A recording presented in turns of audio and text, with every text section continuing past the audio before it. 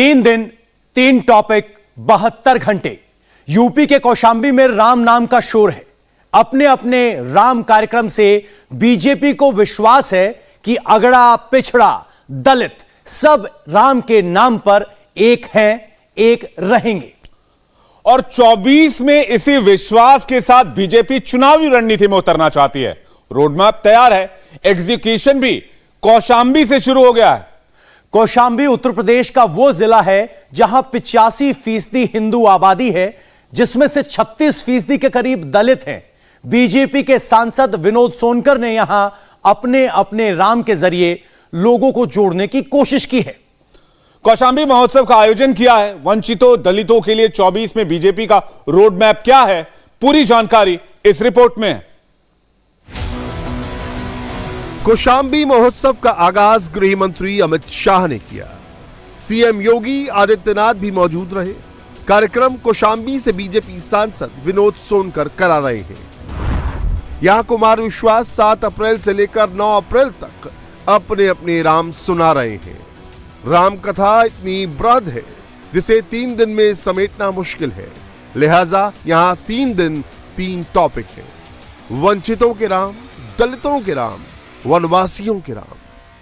कौशांबी वालों केवल इसलिए नहीं कि कवि राम पर बोलना है, इसलिए भी अगले 3 दिन ध्यान से सुनो कि कबीर मनीषी परिभू स्वयंभू। 24 घंटे में एक बार कवि की जिह्वा पर सरस्वती बैठती है। मैंने 1.5 वर्ष पहले एक प्रदेश के चुनाव के समय कह दिया था कि अगर ये लोग जीते तो आतंकवाद आएगा। लोग हंसते थे, ईर्ष्या में कह रहा है, कुंठा में कह रहा है। ईश्वर के वो प्रदेश ठीक हो। आज पूरे भारत का सरदर्द यह है कि वहां आतंकवाद फैल चुका है। सोनकर जी भी इसी आशा में बैठे हैं कि कवि के मुख से कुछ निकले तो शुभकामना फलित हो।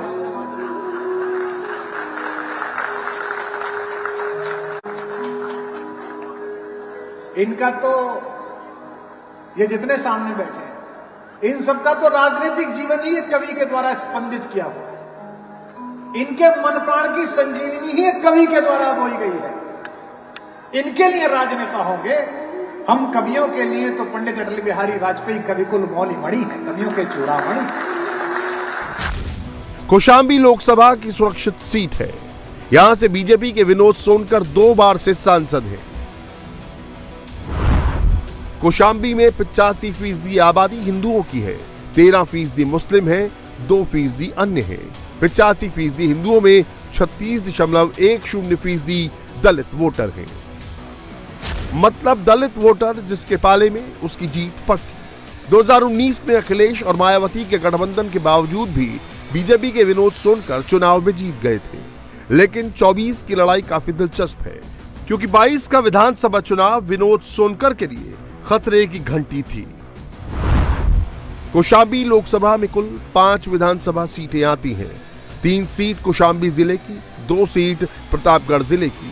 2022 के विधानसभा चुनाव में बीजेपी 5 सीटों पर हार गई थी। कौशांबी जिले की 3 सीटों पर समाजवादी पार्टी का कब्जा हुआ। प्रतापगढ़ की 2 सीट पर राजा भैया की जनसत्ता दल ने जीत हासिल की। सबसे बड़ी टक्कर विनोद सोनकर को कौशांबी में मिल रही है। बीएसपी से समाजवादी पार्टी में आए इंद्रजीत सरोज कौशांबी में समाजवादी पार्टी को मजबूत करने में लगे हैं। विनोद सोनकर और इंद्रजीत सरोज दोनों दलित हैं और इस वक्त यूपी में दलित पॉलिटिक्स फिर से केंद्र में है। इस देश को जातियों में तोड़ने वाले अपनी राजनीति के कारण जो लोग हैं, उनको लज्जा आनी चाहिए कि वो किस देश को तोड़ने की कोशिश कर रहे हैं। इस पूरे सनातन संस्कार के दोनों ग्रंथ जिन महापुरुषों, जिन भगवानों के द्वारा लिखे गए हैं, वो उसी परंपरा से आते हैं, जाति परंपरा से, जो वर्णाश्रम व्यवस्था में समान स्तर पर खड़ी हुई है, जो दलित बंधुओं की है। एक महर्षि वाल्मीकि का स्मरण है, एक महर्षि वेदव्यास का स्मरण है। वेदव्यास कह रहे हैं, नैको मुनिर्यस्य वचः प्रमाणः धर्मस्य सारम निहितम गुहायाम। और धर्म का सार क्या है? महाजनो येन गतः सपंथा। बड़े लोग जिधर जाएं कुछ भी समझ में ना आए तो उधर चल दो। हमें लोकतंत्र सिखा रहे हैं लोग बात। विदेश में चर्चा हो रही है कि भारत का लोकतंत्र संकट में है। भारत में भी बहुत लोग कहते हैं लोकतंत्र संकट में है। विश्व के लोग मुझसे कहते हैं कि हमने पहली बार डेमोक्रेसी बताई। इसका मतलब पढ़ते लिखते नहीं है। और आपके आसपास ऐसे लोग भी नहीं है जो आपकी आंख में उंगली डालकर आपको दिखा सके कि लोकतंत्र कहां है। अमित शाह ने कौशाम्बी में करीब 612 करोड़ के विकास की सौगात दी, जिनमें ज्यादातर योजनाएं दलित उत्थान और दलित बस्तियों के लिए ही हैं। लोकसभा चुनाव से ठीक पहले कौशाम्बी महोत्सव और दलित सम्मेलन को सूबे के दलित वोट बैंक को लुभाने की कवायद के तौर पर देखा जा रहा है। दलित 24 के लिए क्यों जरूरी है, इसे आगे बताएंगे, लेकिन दलित सेंट्रिक पॉलिटिक्स बीजेपी और समाजवादी पार्टी दोनों तरफ से हो रही है। समाजवादी पार्टी मिशन काशीराम के जरिए दलित वोट साधने की कोशिश कर रही है। दलित वोट को अपने पाले में लाने के लिए अखिलेश यादव ने बीएसपी से बीजेपी होते हुए समाजवादी पार्टी में आए नेता स्वामी प्रसाद मौर्य को दे रखी है।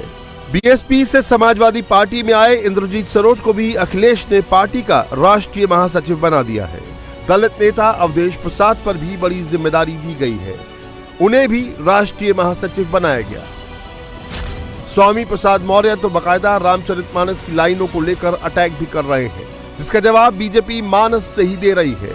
बीजेपी अपने अपने राम के जरिए लोगों को जोड़ना चाहती है। अपने राम के पहले दिन एक संकल्प उठाओ कि कल के बाद से आप स्वयं,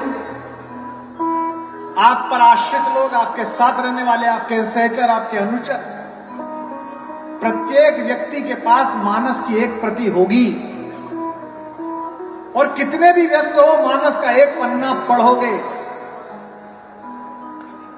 अगर मुझे वादा करते हो तो दोनों हाथ उठाकर तालियां बजाकर सूचित करो कि आते करने वाले। मुझे आवाज नहीं आई आपकी करतल वाली। ये इसलिए भी कि आजकल कुछ लोग मानस के पन्ने फाड़ रहे हैं।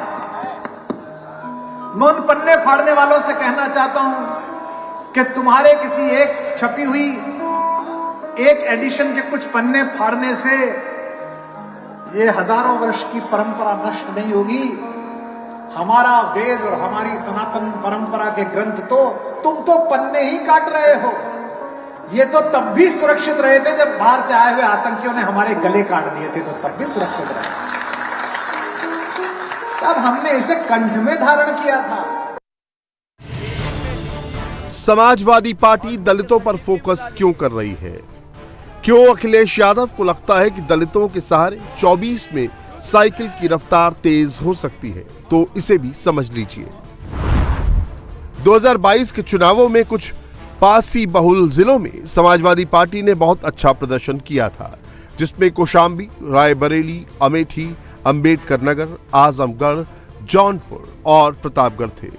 इतना ही नहीं, सपा ने 2022 में जिन 111 सीटों को जीता था, उसे अगर लोकसभा सीटों के लिहाज से देखें तो 27 सीटों पर बीजेपी से आगे दिखाई दे रही है समाजवादी पार्टी।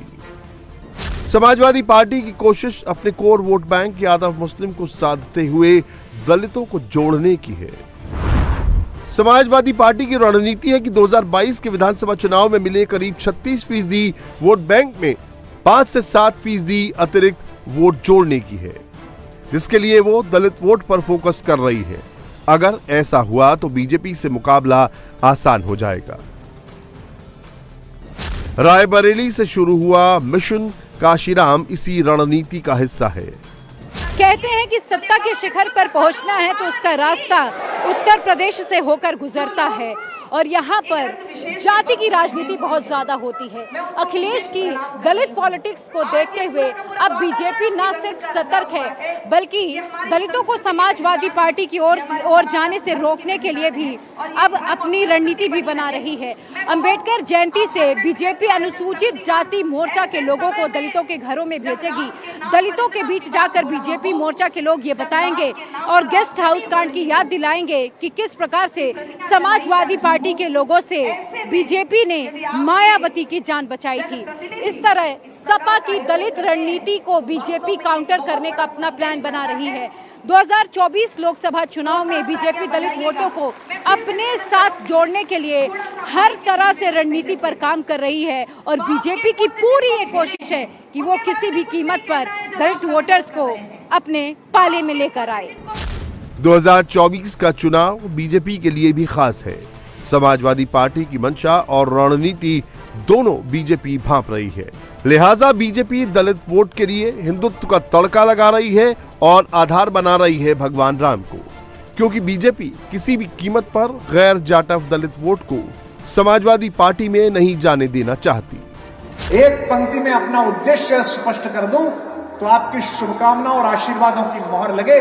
मेरा कोई प्रयास नहीं, मेरा कोई सामाजिक, राजनीतिक, धार्मिक उद्देश्य नहीं। कौशाम्बी के नागरिकों के माध्यम से विश्व भर में देखे जा रहे इस कार्यक्रम में एक पंक्ति की उद्घोषणा करता हूं। मेरा एकमात्र उद्देश्य यह है कि मैं वामपथ पर जाती हुई पूरी पीढ़ी को रामपथ पर ला सकूं तो जीवन सफल हो जाए।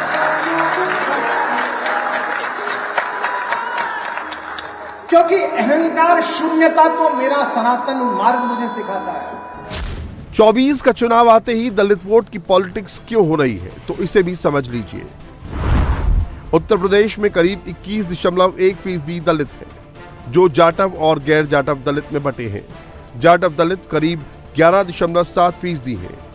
ये बीएसपी का कोर वोटर माना जाता है, जबकि गैर जाटव में 3.3% पासी, कोरी, वाल्मीकि करीब 3.15%, धानुक, गोंड और खटीक करीब 1.05%, अन्य दलितों में करीब 1.57% है।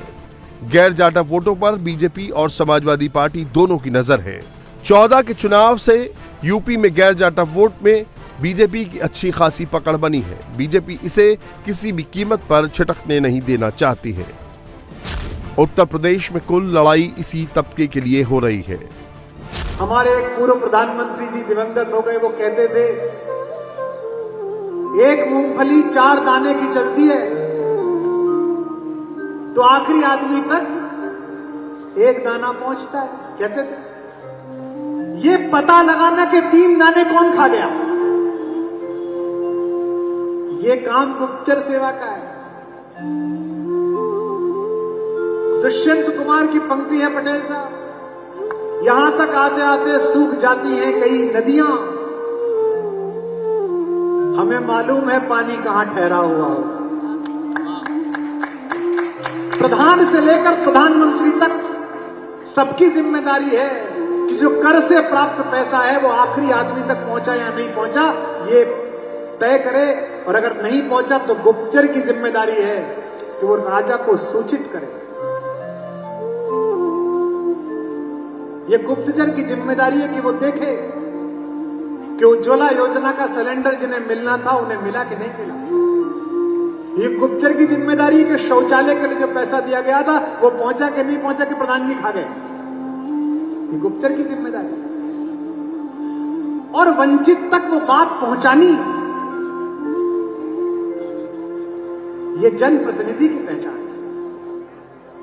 अगर वंचित अस्पताल तक नहीं आ पा रहा, अगर गांव से चलकर वो डॉक्टर तक नहीं पहुंचा रहा, तो उस मोदी वैन में डॉक्टर बिठाकर, नर्स बिठाकर, दवा लेकर गांव तक पहुंचाना ये सोनकर जी आपकी जिम्मेदारी है।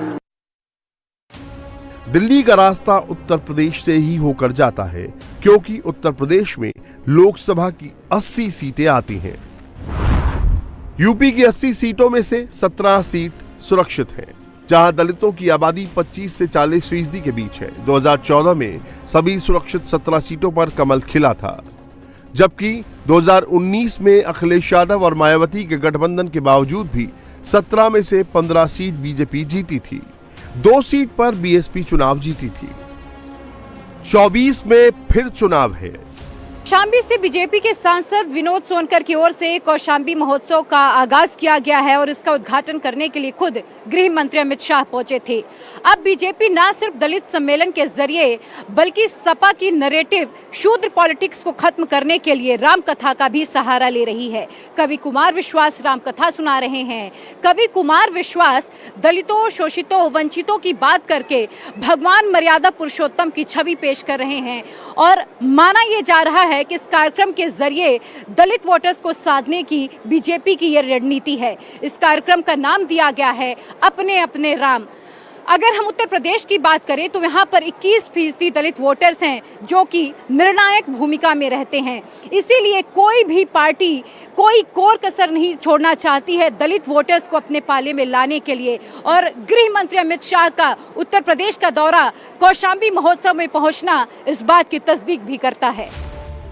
दलित वोट एक समय कांग्रेस के साथ रहा, लेकिन काशीराम के चलते बीएसपी का परंपरागत वोटर बन गया। मायावती के लगातार चुनाव हारने से उनकी पकड़ दलित वोटों पर कमजोर हुई। बीएसपी से दलितों का मोह भंग होता दिखा है। गैर जाटव दलित मायावती का साथ छोड़ चुका है। लोकसभा और विधानसभा के चुनाव में गैर जाटव वोट बीजेपी के पाले में खड़ा दिखा। 2022 के विधानसभा चुनाव में बीएसपी को कुल 12.88% वोट और एक विधानसभा सीट मिली थी। विधानसभा चुनाव में बीएसपी को पराजय मिली। एक साल बीत जाने के बाद भी मायावती की निष्क्रियता कई सवाल खड़े करती है। मायावती के वोटर भी संशय में हैं। ऐसे में बीजेपी और समाजवादी पार्टी दोनों की नजर मायावती के वोट बैंक पर है। यही नहीं, 2022 के चुनाव में जाटव वोटों पर भी मायावती की पकड़ कमजोर हुई है। दलित के जाटव और गैर जाटव दोनों ही वोटरों पर बीजेपी ने पकड़ बनाई तो समाजवादी पार्टी का ग्राफ भी पहले से बड़ा है। बीजेपी राम के सहारे इस ग्राफ को और भी बढ़ाना चाहती है। राजाओं के लड़कों की तो प्रवृत्ति है कि आराम से राम पर भरोसा नहीं करते। चिंता मत करो, दुखी मत हो अगर ये कुछ राजाओं के लड़के कह रहे हैं कि राम नहीं हुए। वक्त की प्रतीक्षा करो, ये सब राम की शरण में आएंगे। कुछ तो आने भी लगे हैं, मैं देख रहा हूं आजकल पहुंच गए हैं, रास्ता तय कर रहे हैं। उत्तर प्रदेश में बार बार मानस की आड़ में शुद्ध पॉलिटिक्स, दलित वोट बैंक की बात क्यों हो रही है, तो इसे भी समझ लीजिए। उत्तर प्रदेश में महोबा, आजमगढ़, कानपुर देहात, लखीमपुर खीरी, मिर्जापुर, बाराबंकी, चित्रकूट, जालौन, झांसी, औरैया, रायबरेली, उन्नाव, हरदोई, सीतापुर, कौशाम्बी, सोनभद्र, फतेहपुर, अमेठी, सहारनपुर, बिजनौर, आगरा, बदायूं, शाहजहांपुर, प्रतापगढ़, जौनपुर, अंबेडकर नगर, हाथरस, बहराइच, ललितपुर, ये वो जिले हैं जहां दलित आबादी करीब 20% से लेकर 41% के बीच में है। मायावती के सामने अपना कोर वोटर बैंक बचाने की चुनौती है तो अखिलेश मायावती के वोट बैंक में सेंध लगाकर 24 के लिए कुछ करिश्मा करना चाहते हैं। तो वहीं बीजेपी के पास योगी और मोदी का चेहरा है, हिंदुत्व का एजेंडा है। एक विचार जो दुनिया में इस समय परेशान है, खुद परेशान है, दूसरों को परेशान कर रहा है, उसकी घोषणा है कि मैं जो कह रहा हूं वही ठीक है। हम ये आखिरी, हमने जो कह दिया ठीक। इंडिया टीवी हर वक्त हर जगह डाउनलोड करने के लिए सर्च करें India TV news Google play store या ऐप स्टोर पर।